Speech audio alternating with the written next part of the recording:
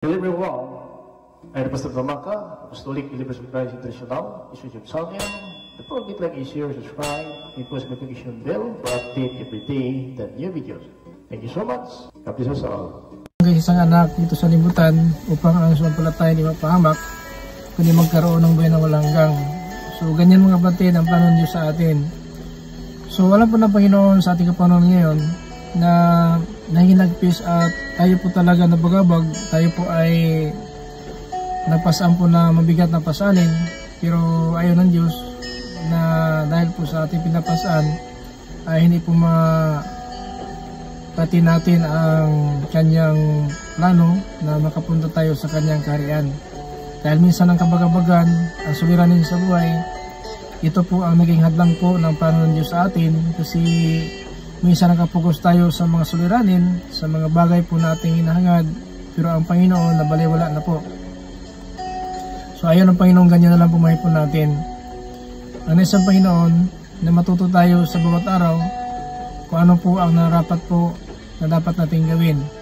Now, habang na may pag-asa pa, kapatid, mayroon po tayong hininga, so magawa pa natin ang kalooban ng Diyos, dahil po ang mga salita ng Diyos, ito po ay nabigay sa atin ng aral para po na turuan po tayo ng Panginoon sa nararapat po na pamumuhay. Na hindi naman natin maiwasan, hindi man tayo sakdal, magkamali man tayo, tayo talaga ay minsan ay ang nasunod na po ating layunin, hindi layunin ng Diyos, pero hanggang yung pangkapatid ang Panginoon ay nagpakumbaba lang po. Nagpakumbaba ang Diyos, nagtimpi ang Diyos, ayon po sa sulat po ni Apostol Pablo. Sa kanyang sulat, sinabi po niya mga kapatid sa Gawa, Kabanata 17, talata 3 po, na ang Panginoon ay pinalagpas lang po ang katigasan natin puso't isipan. So balik niya ng Diyos ng gaya na salat ng dako man ng daigdig, isama tayo natitira, na magsisi na po tayo at tumalik ko na tayo sa masamang pamumuhay. So ganoon po ang plano ng Diyos sa buhay natin. Now, kung ikaw may plano ka, na plano po tayo na maligtas, so makinig lang po tayo ng aral. Kasi sa aral po tayo naligtas, wala po sa relihiyon. Ano man na relihiyon natin, hindi ko sinasabi na yung relihiyon natin makapagligtas. Kaya na po may mga Apostolic Believers of Christ International, hindi po relihiyon ang pinapangaral namin sa Militan ng Live. Ito po ang biyaya ng Diyos. Na sana maparating natin ang salita ng Diyos sa buong sanlibutan, para po tayo magkaroon talaga ng pag-asa sa kaligtasan po na nakahanda na po ito. Sabi naman ng aklat, mga kapatid, sa John chapter 5 verse 28-29, na sabi ng Kristo, darating ang panahon at ngayon na nga, na ang mga patay ay makarinig na aking tinig, at ang mga matuwid ay babangon papunta sa buhay na walang hanggang, at ang masama babangon papunta sa kapahamakan. So mga kapatid, ayaw talaga ng Diyos na mapahamak po tayo. Kaya lang, sinabi ko na nga, sa ating kapanahon ngayon, ang dyablo, marami pong paraan upang gagawa siya ng paraan na matisod po tayo at mabigo po ang plano ng Diyos sa atin. Now, nakita po natin ng Kristo mga kapatid na siya po talaga ay nangaral na pagkatapos nag-ayuno siya ng 4 na pong araw, 4 na pong gabi, na ang dyablo po ay pumunta sa atin po ni Kristo, at ito po ay kanyang tinukso. Na tinukso ang Panginoon ng dyablo. So alam po natin na hindi po siya nadaig ng tukso, dahil ang dyablo, ganun ang trabaho, manunukso po ang dyablo. Now, nagkaroon tayo pananampalataya sa Panginoon, pero nagdalawang isip po tayo. Now, sinabi sa Matthew chapter 13, mga kapatid, in verse 19, kapag isang tao makinig ng salita ng Diyos at hindi nakaunawa, kaagad dumating ang dyablo at inalis ang salita ng Diyos na kanya napakinggan. So kaya, huwag tayo magdalawang isip. Kapag nakinig tayo ng salita ng Diyos, tanggapin po natin ng buong puso, buong tapat, buong kaluluwa, para po na ang salita ng Diyos talaga ay manatili po sa atin. Kasi ang dyablo, kapag nakita ng dyablo, nagdalawang isip po tayo sa napakinggan, so alisin ng dyablo po yung salita ng Diyos na nakatanim na sana sa puso natin. So ganoon po ang dyablo. Ganoon po ang dyablo. Kahit nakatanim sa puso natin, napakinggan na natin industry sa ating live, sa ating mga video, pinupost po natin sa YouTube channel, sa Facebook, ito mga kapatid ay ating pinarating po natin ang salita ng Diyos sa buong sanlibutan. Kapag may internet ka, napakinggan mo talaga ang salita ng Diyos. Pero yung nga sinasabi ko mga kapatid na dahil po sa ating kalagayan ngayon, na dito tayo sa panahon ng kapigipitan, panahon po ng kapighatian, kaya minsan po ang salita ng pakinggan po natin, nabaliwala po natin dahil po susuliranin natin sa buhay. Kasi nais natin masagana at saka masaya kapag may pagsubok, problema. Yan na pong dahilan na mapahiwalay tayo sa presensya ng Diyos dahil po ang natin po ang problema. Pag unahin ang problema kasi ang problema may solusyon po yan. Pero ang impyerno, walang solusyon doon sa impyerno kung makapunta ang tao. So ang sulit natin sa salimutan, dito sa salimutan, ang problema natin may lutas po yan. No, kasi ang Diyos po maasahan po ang ating pinaglingkuran. So maglingkod mo lang tayo sa Panginoon kasi darating ang panahon na may sabi natin kapighatian, mayroon mga pagsubok na darating sa atin, napagtanggumpayan po natin yan. Kaya kung nakapokus tayo sa problema, nabaliwala pa ang Panginoon. At kung may sakuna na po, diyan palang malala ang Panginoon. Pero kung walang sakuna, walang dinadaanan na mabigat na suliranin, ang Panginoon po ay nabaliwala. Pero pagdating ng sakuna, pagdating ng mga trahedya, diyan pa naalala ang Panginoon.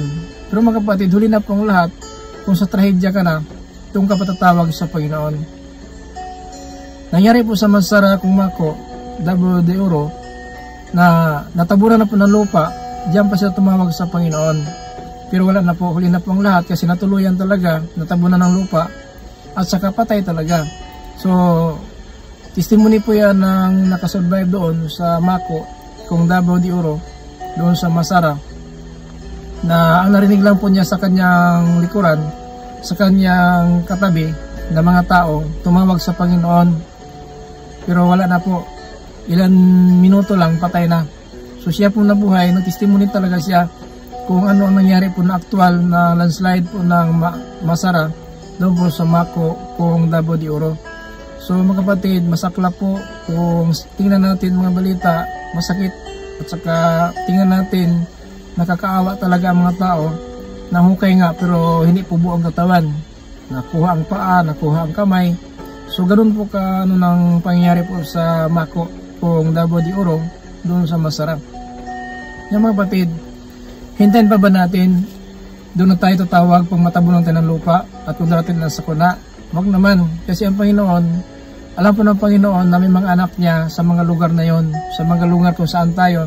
Alam po ng Panginoon dito po tayo na sa Japan, alam ng Panginoon sa Pilipinas ka, alam ng Panginoon sa Amerika, Hong Kong, China, Indonesia, kung saan ka man, alam ng Panginoon doon ka. Kaya kung may darating man sakuna, pero ayaw ng Panginoon na isali ka doon. Kasi iba po ang Diyos, kung siya mangako, talagang totoo pa rin niya. Ang sabi niya sa 5 chapter 3 verse 10, dahil ingatan mo aking salita nagtitiis, ingatan kita sa mga pagsubok na darating sa buong sanlibutan upang subukin ang lahat ng tao na nasa ibabaw ng lupa. So ganoon mga kapatid na ating kalagayan. Now, ang problema ngayon, ang nasa isip ng tao minsan, yung mga bagay na nais makamtan. Pero ang totoo mga kapatid, wala nakakaalam na bukas kung ano mangyari sa atin. So yun po ang dahilan na ang salita ng Diyos, ang pangako ng Diyos, hindi po natin makamtan dahil ang ating isipan nakapokus sa mga bagay na may katapusan. Pero kung sumunod tayo sa kalooban ng Diyos, yan po ay sinabi naman ng aklat, mga kapatid, hindi po tayo mahirapan. Ang sabi ng Panginoon sa Jeremiah 33 verse 3, tumawag ka sa akin sa araw ng kagipitan at ililigtas kita. Gagawa ko ng mga bagay niyo mapaniwalaan. So kahit saan tayo, may sakuna, may lindol, may bagyo, may tsunami, may digmaan, may salot, hindi po tayo makasali sa puot ng Diyos kasi mahal tayo ng Diyos. Maliban sa mga tao po na walang panahon sa Panginoon, napahamak talaga. Ganun po sinasabi sa Proverbs 24 verse 16, ang mga matuwid, mabuwal ng 7 bisis, ngunit makatayo pa rin. Pero ang masama kapag nagbuwal, hindi na makatayo, tuluyan talaga. So ganun ang kalagayan natin. Pasensya lang po sa ating mga viewers na hindi makita kasi alam kung paano na makita po natin ang viewers natin. So ganun mga kapatid ating katayuan. So ayun ang Panginoon talaga, na ganun na lamang. Ganun na lang ating pamumuhay. Kasi mapahamak talaga tayo. Kung ang ating pamumuhay ngayon, ang atin lang pong nasunod. So wag naman. Kasi alam ng Panginoon kung ano ating mga pangailangan. Alam ng Panginoon, may hinangad po tayo. At alam ng Panginoon, may pangarap tayo. Pero hanggang po tayo sa pangarap, sa ating paghangad na makamtan ng bagay, pero walang nakakaalam kung bukas nandito pa tayo sa libutan. So lahat ng mga bagay po na hinasahan at hinangad natin, alam ng Panginoon. At ibigyan ng Panginoon yan. Ang sabi sa 6:33 sa Mateo, unahin muna ang paghanap ng kaharian ng langit at ang katuwiran na magaling sa Diyos, lahat ng bagay na ating hinihiling at hinahangad, idagdag ng Panginoon yan. So sa idagdag yan sa mga tao naghanap ng kaharian at namuhay ng matuwid. Hindi idagdag yan sa lahat ng tao na humihiling kung sabi natin nangarap. Ang pagpapala at ang kalooban ng Diyos ay makamtan lang po ito sa mga tao na namumuhay po ng matuwid at naghanap ng kaharian ng langit. Now, ang ating live video, pinapost po natin sa YouTube channel, sa Facebook. Ito po mahalaga, wala itong bayad mga kapatid. Nag-ano lang tayo ng oras para kahit papano na marami tayong matutunan na salita ng Diyos at malaman natin ano ang nararapat na ating pamuhay. So hindi naman sinasabi na maling relihiyon mo, tama relihiyon ko. Wala po rin makapagligtas. Ubusin mo relihiyon, wala pa rin dyan sa relihiyon ng kaligtasan. Dahil ang kaligtasan natin nasa pagsunod. Pagsunod po ng kalooban ng Diyos. Kaya ayaw ng Diyos, ayaw ng Panginoon na mapahamak tayo. Nasa Panginoon, matuto tayo sa bawat araw. Dahil sa Panginoon, na tayong lahat na umasa po ng kaligtasan ay sana makamtan natin. Na paano makamtan? Ang sabi po 7:21 sa Mateo, hindi lahat ng tumawag sa akin, Panginoon, ay makapasok sa langit, kundi tumutupad lang ng kalooban ng Ama na sa langit. So ganun mga kapatid, hindi po na dahil na mayroon tayong alam ng salita ng Diyos at saka nagbasa ng Biblia tayo, ay tama na po. Ay nagsamba tayo, tama na. Hindi po. Marami ang dapat gawin natin na nakasulat sa Biblia. Kaya hindi ba siya nagsimba lang tayo, nag-praise the hallelujah lang po tayo, amen, simba, ganun lang po. Hindi po. Tinutuwid po tayo. Tinutuwid ng Panginoon pamuhay natin. Alam ng Panginoon na ang ating pamuhay ay hindi pagkarapat-dapat sa kanyang kaharian. At dahil dyan, tinuruan pati ng tama ng Panginoon papaano tayo manatiling matatag sa pananampalataya at patuloy tayo sa paggawa ng kabutihan ayon po sa utos ng Diyos, ayon po sa pasya ng Diyos. Mga kapatid, makamtan natin ang mga bagay na ating hinahangad kung sumunod lang po tayo ng salita ng Diyos na nakasulat po sa Biblia. Na itong ating ginagawa, itong video, mga live natin, atin itong ginagawa para po na kahit paano marami tayong matutunan at dito mga kapatid mag-isa po tayo ng kaligtasan. So yan mga kapatid ang ating pinag-aralan sa bawat araw. Loobin ng Diyos makapost tayo ng mga video, makapag-live tayo para po na itong salita ng Diyos ay malaman natin kung ano ang dapat natin gawin, ano ang narapat na pumuhay. Kasi sa salimutan ngayon, marami mga pangyayari na po na napapakita po ang Panginoon ng isang palatandaan na talagang hindi magtatagal, magbigay na po ang Panginoon ng gantimpala sa atin. Sa Apostol Pablo nagsasabi po sa Romans 13:11-12 na mga kapatid, alam ninyo na panahon na sa pagising mula sa pagkatulog dahil ating kaligtasan mas malapit na kaysa bago pa tayo ng palataya. Mga kapatid, huwag tayong tulog-tulog kasi ang kaligtasan mas malapit na kaysa bago pa tayo ng palataya. Yun po mga kapatid ang dapat malaman natin na sana po sa bawat araw huwag natin hayaan na masayang mga panahon na itong bigay ng Diyos sa atin. Sa bawat araw, tinuruan po tayo ng Panginoon paano tayo mamuhay po na may kasiguruan. Now, ang sabi ng Biblia, hindi lahat ng tumatawag sa akin, Panginoon, Panginoon, ay makapasok sa kanilang langit. Tawag tayo sa kuna, tawag tayo sa mga suliranin natin, punta na simbahan, napupuri sa Panginoon. Pero hindi po yan ang basihan, na dahil yung ginawa natin, tama na. Mayroon tayong dapat gawin, pagsunod po ng kanyang mga utos. Dahil ang sumunod lang, ang sabi niya, kundi yung sumunod lang ng kalooban na kay Ama na sa langit. Now, ang makapasok lang yung sumunod. Kaya kung makinig ka lang, samba-samba ka lang ng linggo-linggo, araw-araw ka magsamba, pero kung wala tayong ginagawa na utos ng Diyos, mahirap po makamtan ang kaligtasan. Yan po ang kasiguruhan mga kapatid na dapat malaman natin, dapat sundin kung anong aral ng Diyos na binigay po sa atin.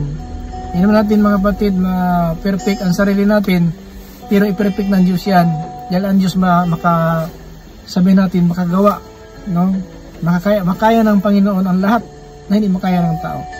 Hindi naman perfect natin sa sarili, pero ang Diyos kaya po tayo perfect. Dahil sabi sa Mr. David in Psalm 119 verse 11, ang iyong salita o Diyos, iningatan ko sa aking puso, huwag ako magkasala. So meaning, may sekreto po ng buhay natin. Kung ang salita ng Diyos, itanim natin sa puso natin, maiwasan magkasala. Kasi galing po sa puso kung bakit magkasala ang tao. Alam ba natin, galing sa puso po ang nagkaparumi sa atin. Ayon po sa Matthew 15:19. Sapagkat galing sa puso, pagmamataas sa sarili, pagpatay, pangalunya, pagkiapid, pagsaksi ng kasinungalingan, paninira ng kapwa. Yun po ang nakatanim sa puso ng tao. Kaya, ang sabi ng Panginoon, mga kapatid, sa sulat po ng Banal na Aklat, sa Hebreo, in chapter 10, 16 to 17, na sa araw na yon, itanim ko ang aking mga utos sa kanilang isipan at ang kanilang puso. Bakit? Kasi ang isip natin mali, ang naramdaman mali. Pero kung nakatanim sa isipan natin at puso natin ang salita ng Diyos, maiwasan ang pagkakamali. Pero kung nakatanim sa puso isipan natin, pulos pangarap na lang, pulos pagmataas na lang, panira ng kapwa, pagsaksi ng kasinungalingan, yan ang parumi po sa atin. Matthew 15:20. Yan po ang parumi sa atin. Kaya mag-ingat po tayo sa bawat araw. Sana po magpatuloy tayo mga kapatid sa pag-asa po ng kaligtasan. Paano natin makamtan ang tunay ng kaligtasan? Walang iba, mga kapatid, kundi na makinig ng salita ng Diyos at gawin natin, sapagkat ang pagpapala nasa nagbabasa, nakikinig at gumagawa. Ang pagpapala ayon po sa Pahayag chapter 1 verse 3. Mapalad ang nagbabasa ng hula ng propesya, nakikinig at gumagawa, sapagkat malapit na ang panahon. Totoo mga kapatid, natin alam bukas kung dito pa tayo sa limutan o susunod na araw pa man, buwan o taon pa man, ayon po sa pasya ng Panginoon. Pero ang malaga mga kapatid ngayon sa araw na ito, naparating po sa atin ang mensahe ng Diyos. Naparating sa atin kung ano ang dapat nating gawin. Na relihiyon mo, relihiyon ko, kahit magpalitan na relihiyon, hindi ang basihan, ligtas ka at ligtas ako.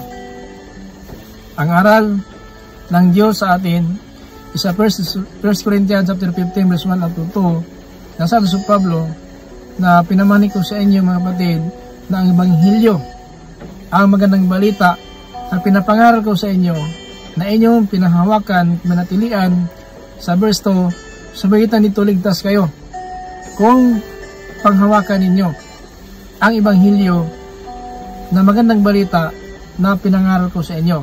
Maliban na lamang kung hindi tunay ang inyong pananampalataya. Now, ang pananampalataya na hindi tunay, yung nakikinig lang po at ang nagsasabi may pananampalataya pero walang gawa. Pero hindi ka man magsasabi may pananampalataya, kung may ginagawa ka, ang Diyos ang magpatunay na mayroon kang pananampalataya. Kasi ang pananampalataya, sinusubok po ng Panginoon yan. Yan mga kapatid. Kaya huwag tayo mawala ng pag-asa. Patuloy na manalig sa Panginoon, patuloy po tayo na manampalataya sa Panginoon, dahil po ang panampalataya mismo ang gumagawa. Kaya habang may panampalataya tayo, magagawa natin ang kalooban ng Diyos. Isa 1 Thessalonians chapter 1 verse 3, nasabi si Pablo, nagalak ako mga kapatid, nakita ko ang inyong mabuting gawa, na bunga ng panampalataya, bunga ng pag-ibig, bunga ng pag-asa sa araw ng pagparito ng ating Panginoon Kristo. So yan mga kapatid, para matagpuan tayo na banal, walang kapintasan, yun po ang nais ng Panginoon. Kailangan matagpuan tayo ng Panginoon, banal, walang kapintasan. Kasi hindi po karapat dapat sa langit ang mga taong marumi. Yan po makasulat mga kapatid sa Pahayag in chapter 21 verse 8. Ngunit sa mga duwag, walang panampalataya, mga marumi ang pumuhay, kasuklam-suklam, no? Ito mga nagsamba ng Diyos-Diyosan, mga sinungaling, ang bahagi nila ang apoy at asupre, na ito'y pangalawang kamatayan. Apoy at asupre. Yan na po mga kapatid, magpakailanman, walang kapahingaan ng tao na makapunta sa impyerno. Isa Pahayag chapter 20 verse 10, araw-gabi, pahirapan ang dyablo, bula ang propeta, ang halimaw, nagpatik ng 666, pati ang mga tao nalinlan ng halimaw. Kaya kapatid, anong ginamit ng dyablo? Mga bagay sa sanlibutan. Ang kakapos, kung sabihin natin, kahirapan ng tao, ginagamit ng dyablo. Tingnan mo ang Pilipinas, sa kahirapan ng tao, buyungin mo lang ng pera, kahit yung PI, 100 lang, maraming nag-sign, 100 lang. Pinagbinta ang sign na 100, nang papahamak po, baguhin ang batas ng Pilipinas. Kaya dahil sa pira, kapatid, yun ang trabaho ng dyablo. Kasi po ni Kristo na siya po nag-ayuno ng 40 araw, 40 gabi, nagutom ang Panginoon. Ang sabi ng dyablo, kung ikaw anak ng Diyos, itong tinapay, itong bato, gawin mong tinapay, yung bato. Ngayon, sa ating panahon ngayon mga kapatid, nakita po natin ang kalagayan ng Pilipinas. Dahil po sa pira, nag-away-away ang kamag-anak, nag-away-away unit, no? Nagka-unite Duterte at saka Marcos, nag-away-away po sila. Bakit po? Dahil sa pira. Kasi hanggang ng kabila, gusto ang pira, marami ang pira, gagamitin lang ang pira upang buyungin ang mga tao, kahit mali ang ginagawa ay parang walang nakita. So ganun po ang pira. So ang dyablo, nakita ng dyablo ang Panginoon Kristo, nagutom.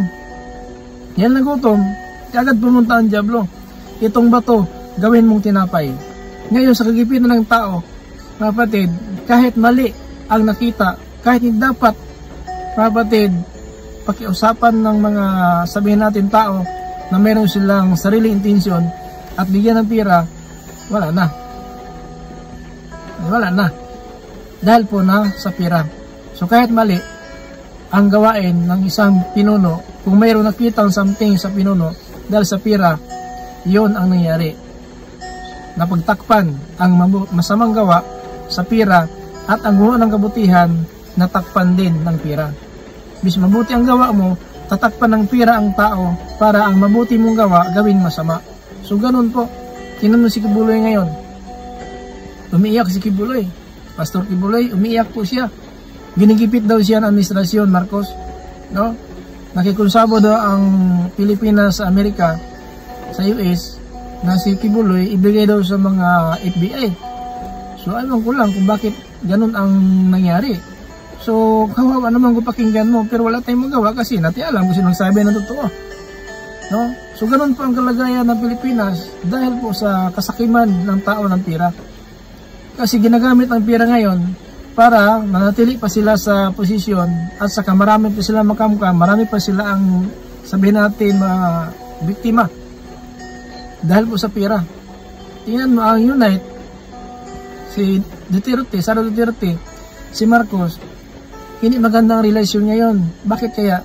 Dahil po mga tao advantage, gusto nila manatili sa sabihin natin posisyon para marami pa silang magawa ng kasamaan. Pero ayaw ng Diyos talaga na manatili po ang kasamaan. Hindi magtatagal ang masama, mabubuwal sila, sabi ng Panginoon. Ngunit ang masama kapag nabuwal, matuluyan. Ang gumawa ng matuwid, mabuwal ng 7 beses, makatayo pa rin. Kahit paano, gaano pa na pagsira kang Bibi Sara, hindi sila mananaig. Ibuwal mo lang 7 beses si Duterte, makatayo pa rin. Pero sila, kapag nabuwal, tuluyan silang babagsak. Ganon po ang Biblia. Isa Proverbs in chapter 24 in verse 16. Ang matuwid, mabuwal ng 7 beses, makatayo pa. Nang si Sara, kaliwat kanan ang birada ng kaaway. Sabi pa ni Sara, alam ko, hanggat itong administrasyon, hanggat nanatili ito, kaliwat kanan na pagbatikos kung panira sa akin, alam ko na ay magpatuloy. Now, napatid, tanda po natin, kahit ibuwal nila si BP Sara, alam ng Diyos si BP Sara na hindi siya gumawa ng kasamaan tulad ng iba. Kaya ang Diyos pa ang protekta niya, mabuwal man siya. Ang ibig mabuwal, matamaan talaga siya. Ibig sabihin na itapon sa kanya anuman ang bagay na para siya po ibabagsak pero makatayo pa rin. Pero ang masama, ang mga tao na gumawa ng masama, pag nabuwal sila, tuluyan, wala na. Ganun ang sabi sa Proverbs. Sa Proverbs chapter 24 in verse 16. Mga kapatid, ganun po ang sinabi ng Biblia. Tuluyan, no? Tuluyan po babagsak talaga ang mga masama. Pero ang mga tao matuwid, mabuwal ng 7 bisis, kapatid, ngunit makatayo pa rin. Yan po ang dapat malaman natin, na kailangan natin, mga kapatid, malaman na ang mga pangyayari sa Pilipinas, para po nakita po natin, no? Nakita po natin sa Biblia na sinabi ni Propeta Jeremiah in chapter 9 in verse 4 up to 5. Huwag kang magtiwala, no? Huwag kang magtiwala sa kaibigan mo, sa mag-anak mo, dahil ang lahat mandaraya. Kahit naka-unite sila, nanalo po sa eleksyon dahil akala ng tao ay nagkakaisa. Paano magkakaisa? Ngayon, nag-away-away na, no? So, ganyan po ang nangyari. Kapatid, Jeremiah in chapter 9 verse 4 up to 5, ito sinabi ng Panginoon, kapatid, mag-ingat kayo sa kapwa ninyo, huwag kayo magtiwala o kamag-anak ninyo, dahil ang bawat isa ang mandaraya at naninira ng kapwa.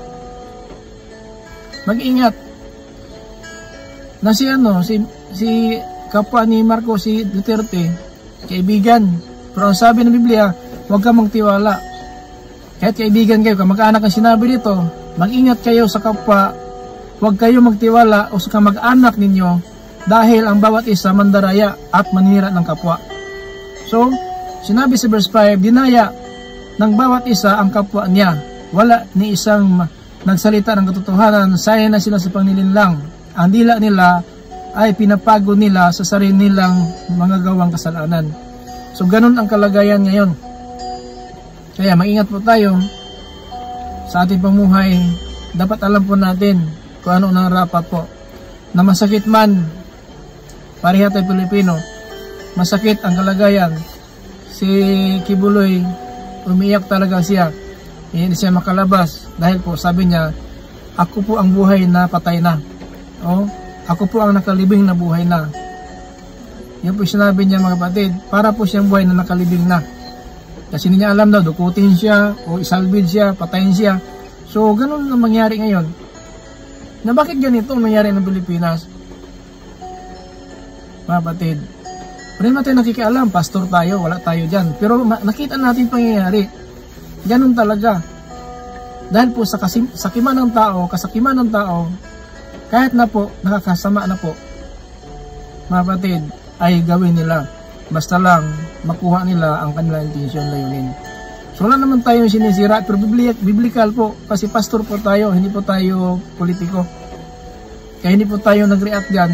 Pero nakita natin sa Biblia, na huwag magtiwala. Huwag tayong magtiwala, no? Sa mga tao, kaibigan man, kamag-anak, kasi lahat mandaraya at nanira ng kapwa. Maraming parang sisira ang Duterte, sinisira po na mga tao na sabihin natin sa kaliwa.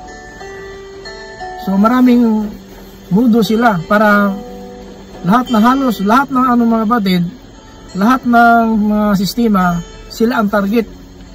Pinimbestigan si Kibuloy, pagdati nasabit si Duterte si Sara. Mga kapatid, si Minay, sabit si Duterte pa rin kasi si Minay, mayroon pong si Duterte na masa sa masa. Diba?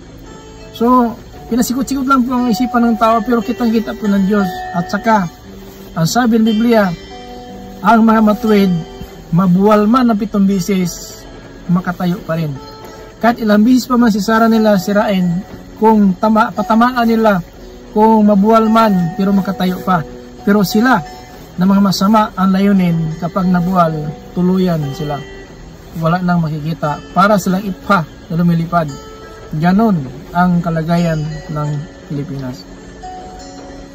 Pero, mayroong sinabi ang Biblia, mga kapatid, darating ang panahon, ang sabi ng Biblia, na mamumuno, mga kapatid, mamumuno po ang babae sa mga lalaki. So, hintayin natin sa 2028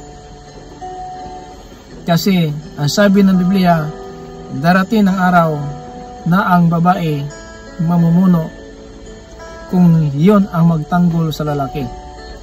So, yan ang hintayin natin sa 2028. Kasi ang pag-asa lang talaga ng mga tao, hindi ko sinabi mga kapatid na atin lang ito. Sa balita po, may Sara movement na ngayon na buo po, no?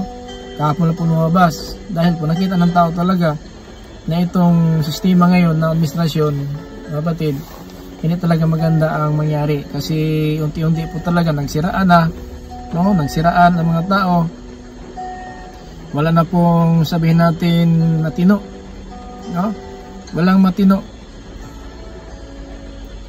Dahil po kahit na kung sabihin natin si Duterte, sinabi niya si Marcos bangag, ngayon si Marcos naman gumanti kay Duterte, ano na yan, na ano po yan ng gamot, nagsiraan na. So ano pa, walang matino.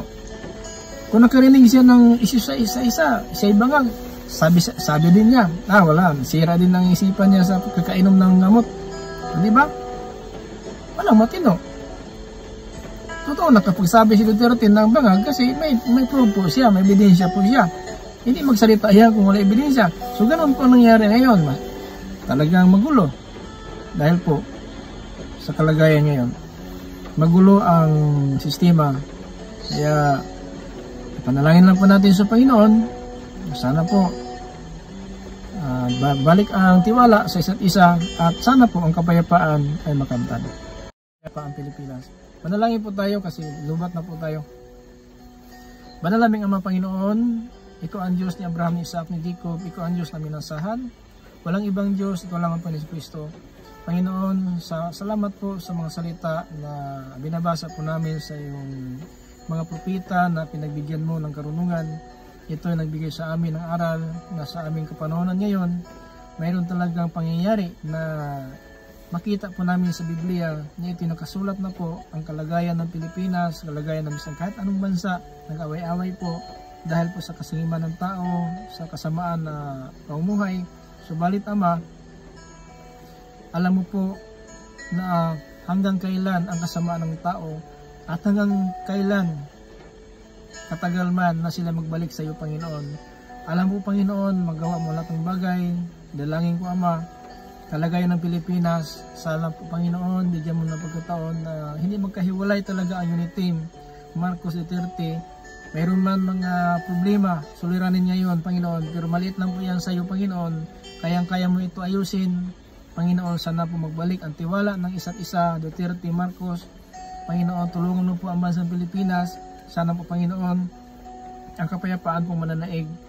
Alisin mo, Ama, ang mga dapat alisin. Ang mga tao po na umaasa ng kanilang kasamaan. Ikaw po ang hatol, Ama. Ikaw ang Diyos makapangyarihan. Kahit ngayon, pwede mo gawin ang nais mo. Panginoon, sinasama ko po, hindi ko na hinihiling na magkahiwalay ang unit team. Hindi ko hinihiling na ibaba mo si Marcos. Hinihiling ko, Ama, sana magpatuloy siya hanggang matapos ang termino. Inday Sara, sana hindi mahiwalay ang magandang relasyon ng presidente at saka vice president. Kahit na po kung sino man ang nagtangka na sirain ang kanilang layunin, ikaw o Diyos ang hatol. Hatulan mo sila, Ama, ayon po sa lang ginagawa. Panginoon, sana po matapos ang termino ni Marcos, ni Inday Sara, mapayapa na sana ang Pilipinas. Panginoon, sinasamo ko po, alisin mo ang dapat alisin kahit sa oras na ito. Kahit anong oras, Panginoon, kayang-kaya mo gawin ang lahat ng bagay.